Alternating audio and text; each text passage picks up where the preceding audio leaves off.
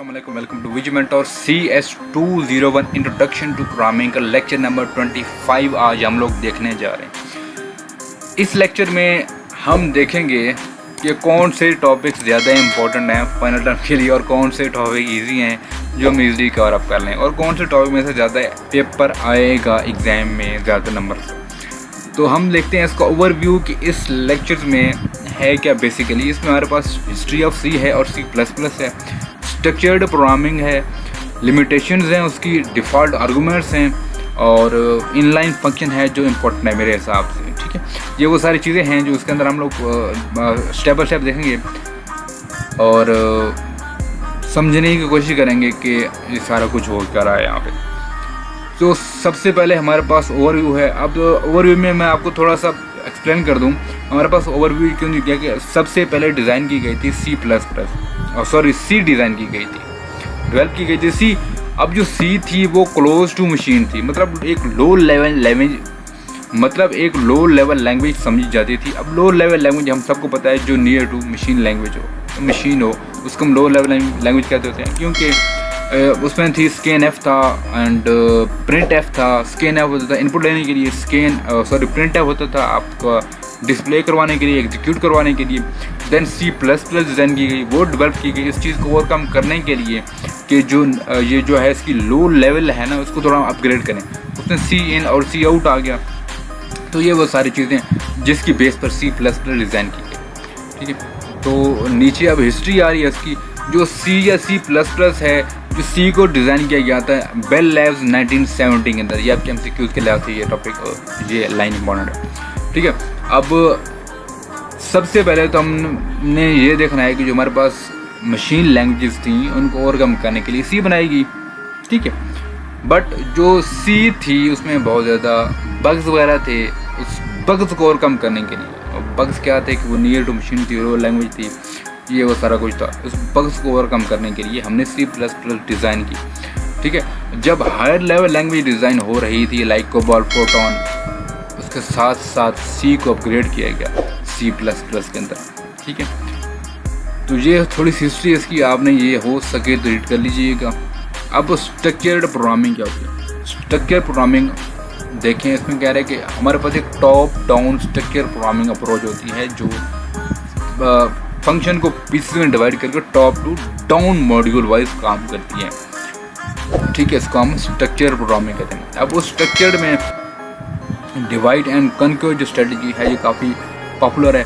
Divide and conquer strategy popularity है कि ये बड़ा ही एक कंसाइज सा एक सोल्यूशन है। आपका कोई भी बड़ा से बड़ा प्रॉब्लम होता है ना, आप उसको स्टेप में डिवाइड करते हो। ठीक है, उन स्टेप्स में डिवाइड कर लेते हो और जब आप उन अपने प्रॉब्लम्स को स्टेप में डिवाइड करते हो तो उस हर एक प्रॉब्लम को उसी स्टेप में सॉल्व करता जाता है। मतलब स्टेप बाय स्टेप आपको जो प्रॉब्लम होता है वो सॉल्व होता जाता है। इससे होता क्या है कि आपको जो प्रॉब्लम होता है तो छोटा हो जाता है, प्लस आपको उसको सॉल्व करने में आसानी होती है। तो कनकर का मतलब ये है कि जब आपने वो सारे स्टेप्स सॉल्व कर लिए देन अपने सोल्यूशन को एक जगह इकट्ठा कर लेते हो। डिवाइड एंड कनकर, ये आपका डिवाइड एंड कनकर स्ट्रेटजी है जो नॉर्मली यूज़ होती है आज भी।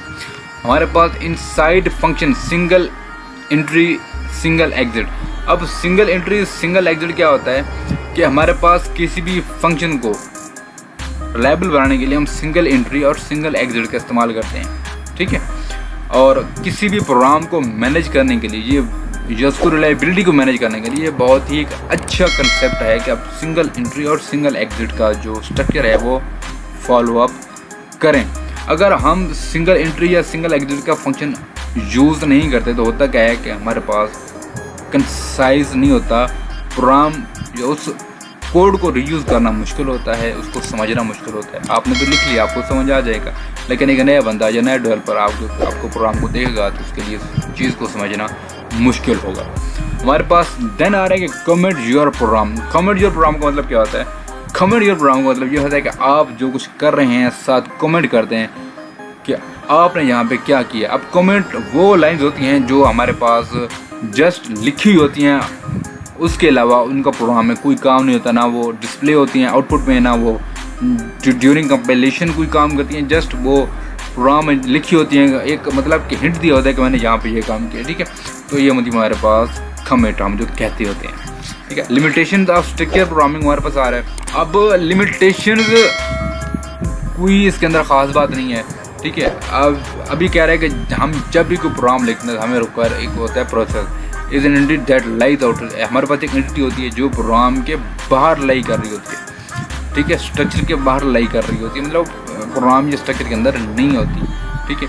हमें उन फंक्शन का टेक केयर करना होता है जो हमारे पास ऑन गोइंग प्रोसेस में हो रहे होते हैं, जिसकी वजह से होता क्या है कि जो हमारा फंक्शन होता है वो बहुत ज़्यादा कम्प्लेक्स हो जाता है, बहुत ज़्यादा कंफ्यूजिंग या हमारे पास मुश्किल पैदा कर देता है वो फंक्शन, मतलब बहुत ज़्यादा वो कहते हैं ना खिचड़ी पका देना, खिचड़ी पक जाती है। तो इसलिए हमारे पास वो चीज़ें कवर अप करना ये कुछ समझना मुश्किल होता है।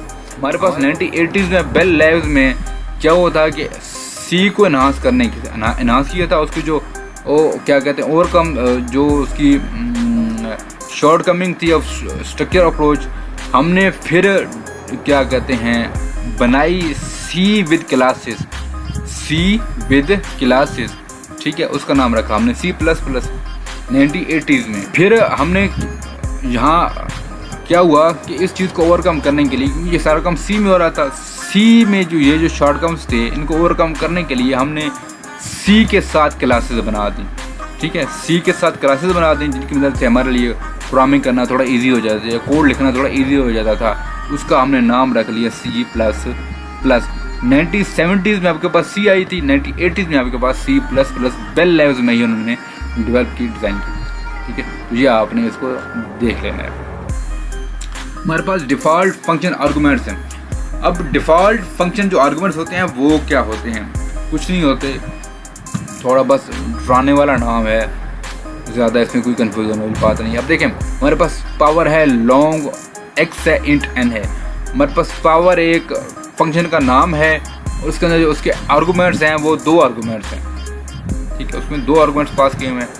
अब जब हम इस फंक्शन को कॉल आउट करेंगे कुछ इस तरह, अब ये क्या हुआ है कि ये हमारे पास खाली फंक्शन है, लेट्स सपोज हमने ये फंक्शन लिखा हुआ है, ठीक है। अब इस फंक्शन के हो क्या रहा है कि हमारे पास वाइड एफ एक फंक्शन है, उसके अंदर कितने आर्गूमेंट्स हैं, 2 आर्गूमेंट्स हैं, इंट आई और डबल एक्स। ये 2 डिफरेंट आर्गूमेंट्स हैं, लेकिन जब हम इस तरह इस फंक्शन को कॉल आउट करेंगे, मतलब F into empty Bragg's, empty Bragg's का मतलब ये कि हमने इसमें कोई आर्गूमेंट पास नहीं किया। जब हम इसके अंदर कोई भी आर्गूमेंट पास नहीं करेंगे तो ये ऑटोमेटिकली क्या करेगा, जिसको डिफ़ॉल्ट आर्गूमेंट्स थे जो हमने ऊपर पास किए थे यहाँ पे, इनको कॉल आउट करेगा, ठीक है जी। ये सिंपल और सादा है। नेक्स्ट हमारे पास ये डिफ़ॉल्ट आर्गूमेंट्स का प्रोग्राम है, आपने इसको देख लेना है, आसान है यार। देखो मैं दिखा देता हूँ। हमारे पास एक फंक्शन है शो का, उसके अंदर 3 आर्गूमेंट्स पास किए हैं, इंट, फ्लोट एंड लॉन्ग का। अब पहले में वो क्या कह रहा है कि इसमें तीनों जो आर्गूमेंट्स हैं वो डिस्प्ले होंगे। Show 5 provide the first argument, इसमें क्या होगा, हमारे पास फर्स्ट आर्गूमेंट प्रोवाइड होगा। दूसरे के अंदर हमारे पास जो पहले 2 आर्गूमेंट्स हैं वो प्रोवाइड होंगे या डिस्प्ले होंगे, एंड जो थर्ड वन है इसके अंदर ये तीनों आर्गूमेंट्स प्लेस होंगे।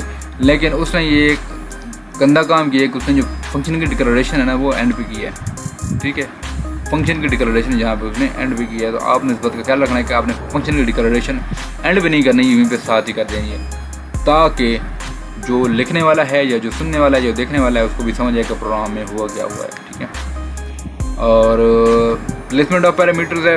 प्लेसमेंट ऑफ पैरामीटर्स क्या मतलब है कि कुछ चीज़ें हम इन ब्रैक्स के अंदर लिखते हैं, ये कोड के अंदर होते हैं, inside the body of the code, और जो चीज़ हम इन ब्रैक्स के बाहर लिखते हैं उसको कहते हैं variable declare outside the body of the program. इसमें होता क्या है कि जब हम कोई भी चीज़ inside the body of the program display या डिक्लेयर करते हैं, तब वो हमारे पास विजिबल होती है जस्ट क्या कहते हैं उसी ब्रैक्स के अंदर। और जब हम लोकल और वेरिएबल, आपको याद होगा मैंने पढ़ा था local variable and global variable, ये भी कुछ इस तरह का सिनेरियो है कि जब हम कोई चीज़ लोकली डिक्लेयर करवाते हैं तो वो जस्ट उन्हीं ब्रैक्स के अंदर हमारे पास विजिबल होती है, यूजेबल होती है। और जो चीज़ हम उन ब्रैक्स के बाहर डिस्प्ले करवाते हैं या डिक्लेयर करवाते हैं वो हमारे पास ग्लोबली होती है, वो हम उसको हम प्रोग्राम में कहीं भी यूज़ कर सकते होते हैं, ठीक है। इसका प्रोग्राम दिया हुआ है हमारे पास, ये इंट लाइन नंबर है, और लाइन नंबर पे हमने एक लूप लगाया हुआ है, बल्कि ये तो कमेंट किया हुआ है उसने, सॉरी ये कमेंट है, कोई डिक्लेरेशन नहीं है यहाँ पे, ठीक है। एंड लाइन नंबर सॉरी यहाँ या मिस्टेक है या कुछ चक्कर है, इसने यहाँ पे एंड पे सेमीकोलन भी लगाया हुआ है, आई डोंट थिंक सो ये कोई कमेंट है, ठीक है। और उसने इंक्रीमेंट किया हुआ है, उसने एक इंट टेम्परेचर का वेरिएबल है उसके अंदर 22 रखा है, और this line number is line number, ये लूप चलता रहेगा और ये शो होता रहेगा कुछ इस तरह, ठीक है। अब हमारे पास इनलाइन फंक्शन आ रहा है, जो हमारे पास इनलाइन फंक्शन है, हम इसको अपने प्रोग्राम में इनलाइन का कीवर्ड यूज़ करके इस्तेमाल करते होते हैं और इसको यूज़ कर सकते हैं, ठीक है। और हमारे पास ये मैंने आपको बताया था कि हम यूज़र डिफाइंड हमारे पास जो लाइब्रेरीज होती हैं, हम जब ये स्क्वायर लिखेंगे i+j, ठीक है, तो हमने ऊपर स्क्वायर में कुछ इस तरह का काम किया था, ठीक है। मतलब दो वेरिएबल को आपने मल्टीप्लाई करना है, तो ये क्या करेगा कि हमारे पास इनटू ये जो i+j ब्रैकेट अंदर इनको मल्टीप्लाई करेगा। लेकिन यहाँ पे मसला क्या होगा कि हमारे पास पैरेंथेसिस लगी हुई है, पैरेंथेसिस की वजह से कुछ और काम हो जाएगा यहाँ पे। अगर पैरेंथेसिस हटा भी दें फिर भी और काम होगा, क्योंकि जो हमारे पास प्रेसिडेंस है वो मल्टीप्लिकेशन की ज़्यादा है एडिशन की, ठीक है। पहले ये मल्टीप्लाई होगा, फिर ये मतलब i मल्टीप्लाई j होगा मल्टीप्लाई, देन ये बाद में इसके एडिशन होगी, तो ये कुछ और ही आउटपुट हमारे पास आने लग जाएगी, ठीक है। तो ये भी प्रोग्राम इसी के रिलेटेड है, कुछ मुश्किल नहीं है इसके अंदर भी, ठीक है। हमारे पास फंक्शन ओवरलोडिंग है। फंक्शन ओवरलोडिंग का मतलब क्या है कि आपने फंक्शन डिक्लेयर किया, डिफाइन किया, लेकिन जब आप उसके अंदर वैल्यूज़ इनपुट करते हैं तो वो उसकी कैपेसिटी से ज़्यादा है। सादे अल्फाज में ये बता रहा हूँ कि आप जो उसके अंदर वैल्यूज़ इनपुट करते हैं वो उसकी कैपेसिटी से ज़्यादा होती हैं, मीन्स उसके अंदर आप लोड ज़्यादा दे देते हैं जिसको बर्दाश्त नहीं कर सकता। तो इस तरह ये हमारे पास फंक्शन ओवरलोडिंग होती है। दैट्स इट, ये था हमारे पास CS201 का लेक्चर नंबर 25। होप सो आपको समझ आएगा। किसी को कोई क्वेश्चन है, किसी ने ऑनलाइन क्लास लेनी, हमारे फेसबुक पेज पर आ जाएं, कमेंट कर दें। होप सो आपको लेक्चर समझ आएगा। मिलते हैं नेक्स्ट वीडियो में, तब तक के लिए अल्लाह हाफ़िज़।